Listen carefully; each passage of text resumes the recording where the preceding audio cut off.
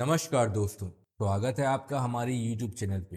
तो चलिए बिना समय गंवाए आज की कहानी शुरू करते हैं। एक जंगल में एक बूढ़ी माँ और उसकी पोती रहती थी। बूढ़ी माँ काफी परोपकारी स्वभाव की थी।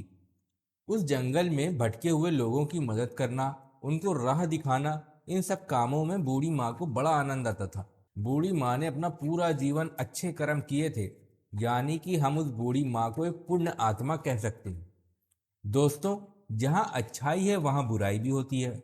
इसी जंगल में चार लुटेरे लूट मार करने के लिए भी आते थे।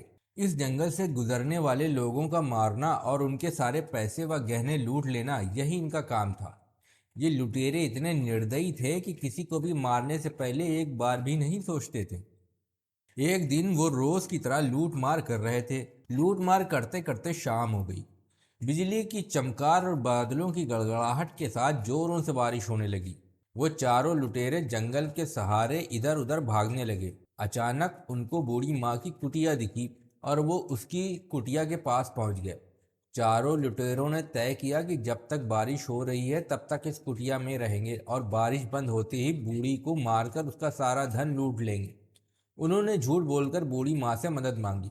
उसी जंगल में रहने वाली बूढ़ी माँ ने भी इन चारों लुटेरों के बारे में काफी कुछ सुन रखा था। उन्हें एक नज़र में देखते ही बूढ़ी माँ ने उनको पहचान लिया। वो चार थे और ताकतवर भी। बूढ़ी माँ कमजोर थी, इसलिए बूढ़ी माँ ने उन्हें ना पहचानने का नाटक किया। बूढ़ी माँ को ये भी डर था कि उसके विरोध करने पर कहीं वो चारों उसे और उसकी पोती को कोई नुकसान न पहुंचाए। कुछ सोचने के बाद बूढ़ी माँ ने उनको रात के लिए सहारा दिया। फिर बूढ़ी माँ ने सबके लिए खाना बनाया। सभी जब खाना खाने के लिए बैठे तब खाते खाते बूढ़ी माँ ने पाप और पुण्य का विषय छेड़ा। हर एक जन अपने हिसाब से इस विषय में अपनी राय दे रहा था। बूढ़ी माँ का कहना था कि हमारे पुण्य हमें जीवन के आखिरी दम तक काम आते हैं और हमारा सुरक्षा कवच बनकर रहते हैं। बूढ़ी माँ की ऐसी बातें सुनकर सभी चारों लुटेरे ठहाके लगाकर हंसने लगे। जाहिर सी बात थी कि चारों ही लुटेरे पुण्य की ऐसी बातों में विश्वास नहीं रखते थे, इसलिए बेधड़क अपने वाले काम किया करते थे। आखिरी में बूढ़ी माँ ने शर्त लगाई। वो बोली, बाहर बिजली गिर रही है, हर एक व्यक्ति उस सामने के पेड़ के छूकर वापस कुटिया में वापस आएगा। जिसके ऊपर बिजली गिरी वो पापी होगा और जो सही सलामत से वापस कुटिया में आएगा वो पुण्यवान होगा।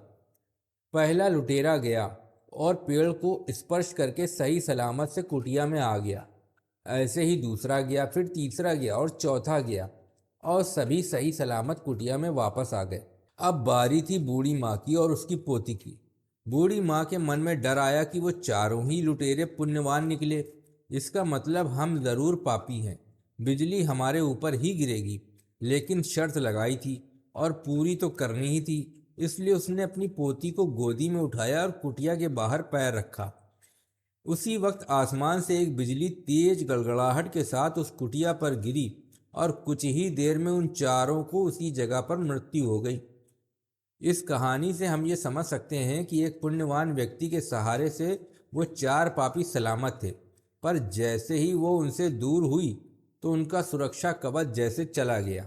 तो इस कहानी का सारांश है दोस्तों, इसलिए हमें हमेशा अच्छे और भलाई के काम करते रहना चाहिए और जितना हो सके सच्चे और अच्छाई के काम करने वाले लोगों के साथ रहना चाहिए, यानी कि सत्संग करना चाहिए। तो दोस्तों, अगर आपको हमारी ये कहानी पसंद आई हो तो हमें कमेंट बॉक्स में ज़रूर बताएं और हमारे YouTube चैनल को कृपया करके लाइक और सब्सक्राइब ज़रूर करें। धन्यवाद।